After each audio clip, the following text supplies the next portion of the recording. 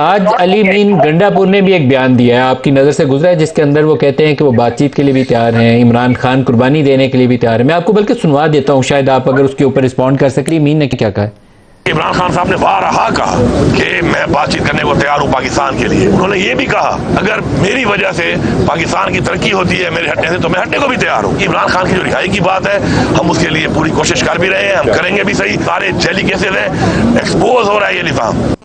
آپ اس پہ رسپونڈ کریں گے؟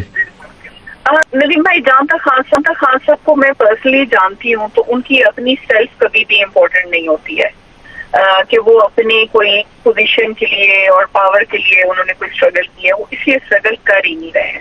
تو اگر امین صاحب کی کوئی بات ہوئی ہے خان صاحب سے اس ٹاپک پہ ڈائریکٹلی تو وہ بہتر جانتے ہوں گے، لیکن مجھے یہ پتا ہے کہ ظاہری بات ہے خان صاحب کو سب سے زیادہ آگے انٹرسٹ تو پاکستان کا ہے اور ہمیشہ رہے گا اور لوگوں کا ہے۔